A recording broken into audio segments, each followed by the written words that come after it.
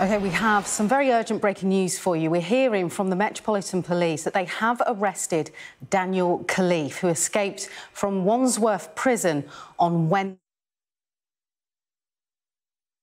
Him just before 11 o'clock on Saturday, the 9th today. This was in the Chiswick area of West London, and he's currently in police custody. And they also say they'd like to thank the public and the media for their support throughout the investigation to locate Daniel Khalife.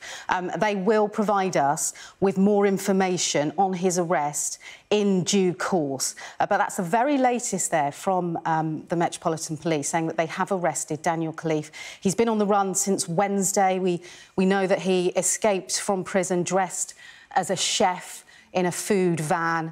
The van was stopped an hour after it left Wandsworth Prison, and he was not on that van, and he's been on the run since then. Members of the public have been ringing into the police with possible sightings, but we only had 2 confirmed sightings since he escaped prison on Wednesday. But the very latest from the Metropolitan Police is that he's been arrested. He was on trial. He was due to stand trial for allegedly planting fake bombs at a military site and also providing information for an enemy of the UK.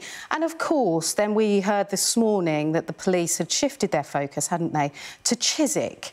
That's in West London, and there'd been a hive of activity there for some days from this morning. And we heard that members of the public had continued to call in to the police with possible sightings. This has been a huge operation ever since information had been released that he escaped.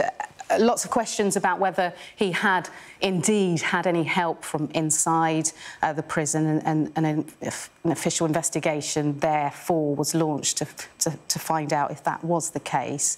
But lots of questions about the prison itself, a Victorian prison, very low staff, a high turnover of inmates, and this has been a concern of the wider argument around how this was possible, because he was a terror suspect in somewhere like Wandsworth Prison.